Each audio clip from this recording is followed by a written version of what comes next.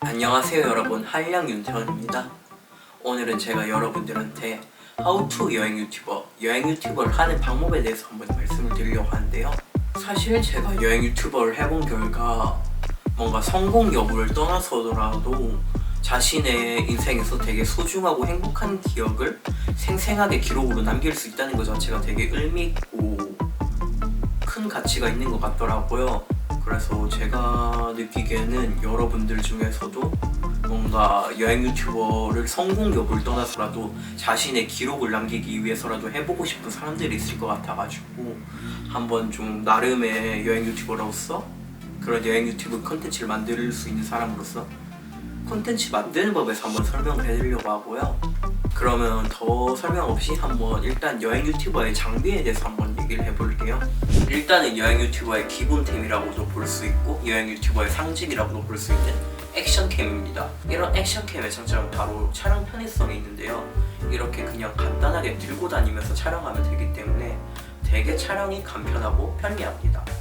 그럼 또 말씀을 드릴 수도 있는 게 사실 이런 촬영 자체가 되게 브이로그용이잖아요. 이렇게 들고 다니면서 하는 게 그러면 핸드폰으로도 되는 거도 아니냐라고 할 수 있는데 핸드폰이랑 편의성 자체가 한 2티어 정도는 차이 나는 것 같아요. 그러다 보니 사실 브이로그 같은 경우에는 정말 여행에서 특별한 포인트나 뭔가 자기가 의미만 있을 때만 남기는 거라면 이렇게 여행 유튜버 콘텐츠 자체는 뭔가 언제 어디서 어떤 재미난 일이 나올지 모르기 때문에 항상 이렇게 들고 다니다 보니 그래도 조금이라도 더 편리한 이런 액션캠을 선호하기도 하고요. 핸드폰 같은 경우에는 좀 무겁기도 하죠 사실. 그 액션캠 같은 경우에는 되게 편리하고 이 액션캠 촬영을 보조하는 액세서리 같은 것도 많기 때문에 그렇다 보니 핸드폰보다는 이렇게 액션캠을 더 선호하게 되는 것 같고요. 확실히 저도 촬영하면서 많이 느낀 거지만 일본 여행 14일 동안 이렇게 액션캠을 들고 다니면서 불편하다고 느낀 적은 한 번도 없었던 것 같아요. 액세서리 같은 경우에는 저는 이렇게 밑에 있는 삼각대겸 이렇게 셀카봉 느낌으로 들고 다닐 수 있는 걸 같이 들고 다니고요. 이런 액세서리 말고도 다양한 액세서리가 많은데 저는 이것만 해도 충분하다고 생각하고 사실 액세서리가 많아지면 또 장비 관리가 되게 힘들어요. 장비 관리가 은근히 좀 스트레스고 난이도가 꽤 있는 그런 거기 때문에 저는 초보분들한테는 저랑 같이 이 정도의 액세서리, 최소한의 액세서리만 추천드리고 저도 이번에 역시 이것만 들고 다닐 것 같은데 동남아 배낭 여행이다 보니 방수 케이스 정도만 추가해서 가져왔습니다. 다음은 액션캠 보조 장치에 대해서 좀 얘기를 해볼 건데요. 여기 되게 작은데 메모리 카드입니다. 이게 되게 작지만 128기가고요. 보통 FHD 화질 기준으로 그러니까 여러분이 잘 아시는 1080p 그 화질 기준으로 보통 촬영을 하면 이게 5시간 정도 촬영을 할 수 있습니다. 그러면 이제 물어보시겠죠. 배터리는 그러면 얼마나 필요한가? 한 개당 대략 1시간 반에서 2시간이 가더라고요. 근데 좀 변수가 있다면 저는 촬영 당시가 겨울이었기 때문에 겨울을 기준으로 말씀드리는 거고요. 액션캠 특성상 발열이 되게 크기 때문에 여름엔 또 사용 환경에 따라 다를 수 있다는 거. 아무튼 겨울 기준으로 말씀드리자면 배터리 하나당 1시간 반에서 2시간을 가기 때문에 총 이렇게 3개의 메모리 카드 128기가를 기준으로 해서 5시간 동안 촬영을 하고요. 보통 5시간을 촬영하면 하루 정도 충분하게 쓰더라고요. 사실 영상을 함에 있어서는 이번 차례가 되게 중요하다고 볼 수 있는데요. 바로 파일 관리입니다. 이제 촬영이 끝났으니 파일 관리를 해야 되잖아요. 저도 소시적에는 파일 좀 많이 날려먹기도 했습니다. 요즘 같은 경우는 그래도 그런 중요성을 알고 백업을 좀 많이 해두기 때문에 그런 사례는 아예 없고요. 요즘까지는 이게 근데 또 복선이 되는가 아닌가 싶어가지고 이게 또 괜히 이런 말 했다가 동남아 가서 파일 한번 말아먹지 않을까 싶기도 걱정되기도 하는데 안 되게 뭐 필요하죠. 사실 파일 관리 같은 경우에는 정말 대형 유튜버 분들도 많이 실수하는 부분입니다. 정말 그런 만큼 되게 꼼꼼해야 되고 실수가 많이 일어나기도 하고 자칫 조금만 잘못하면 파일 날아가는 건 순식간이라 진짜 조심해서 잘 하셔야 돼요. 저는 저는 이렇게 하드 드라이브 2개와 클라우드 드라이브, 그러니까 인터넷 드라이브에도 연결을 해가지고 거기 유료 결제를 하면 용량이 더 커지거든요. 그래서 그렇게 해서 총 3개로 백업을 했어요. 정말 좀 꽤나 철저했죠. 그래서 일본 여행 14일 기준으로 요게 2개가 1TB인데 2개 다 꽉 찼었습니다. 물론 저는 고프로만 찍는 게 아니라 지금 찍고 있는 미러리스 카메라로도 찍고 있었다는 점. 그렇기 때문에 아마 1TB를 넘었지 않았을까 싶고요. 이제 어느 정도 촬영은 끝났고 기획에 대해서 한번 얘기를 해보자면, 보통 근데 기획을 먼저 설명하고 촬영을 하는 게 맞는데 이런 여행 콘텐츠 같은 경우에는 특성이 살짝 달라서 촬영을 먼저 얘기해드렸어요.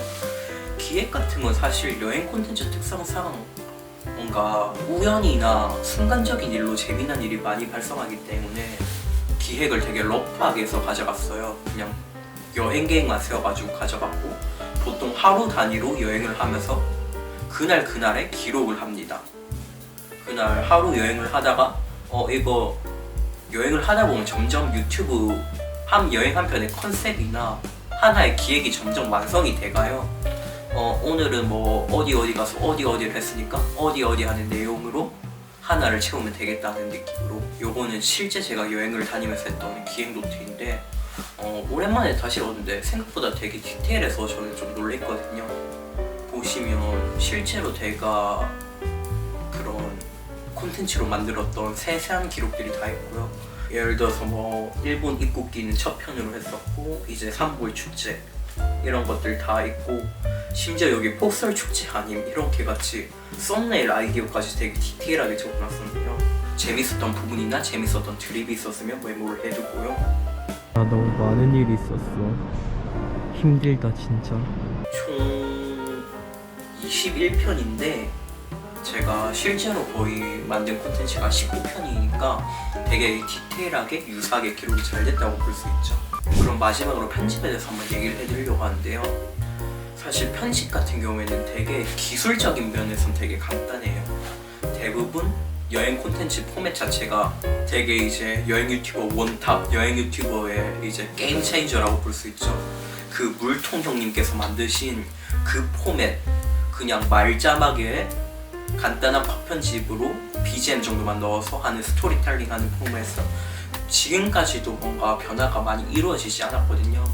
그런 이유에 대해서 좀 얘기를 해보자면, 보통 여행 유튜버 분들 자체가 이렇게 여행을 하다가 노트북으로 편집을 하는 경우가 많기 때문에 여행 그 노트북 사양상 뭔가 되게 멋있는 효과나 재밌을 만한 효과 같은 걸 많이 못 넣어요, 편집상에서. 그러다 보니 아마 포맷이 그런 정착화됐다는 생각을 많이 하고요. 그래서 편집 기술 같은 경우에는 되게 쉽습니다. 되게 진짜 하루만 투자해도 배울 수 있는 기술이고요.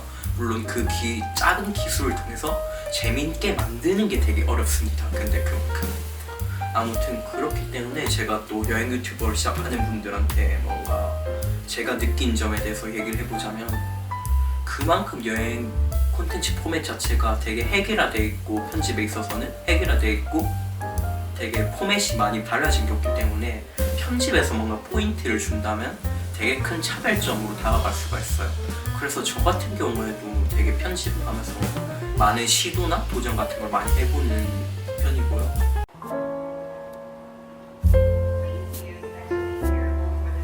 네네 괜찮아요. 육전 3장 주실 수 있나요? 네네.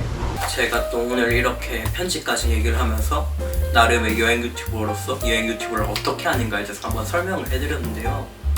여행 유튜버를 하면서 느끼는 점이지만 뭔가 이런 여행 기록을 생생하게 남길 수 있다는 게 되게 저는 소중하더라고요.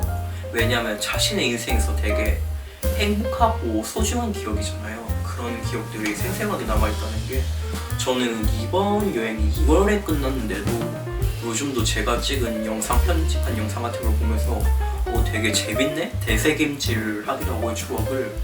그러다 보니까 올해 2월에 일어난 일인데도 되게 아직도 생생하고 기억에 많이 남아있기도 하고, 뭔가 편집을 하면서도 제가 기억에 잊고 있었던 게 그 카메라에 기록되어 있으니까 그게 막 떠오르면서 되게 신기한 그런 뭉클한 게 있어요.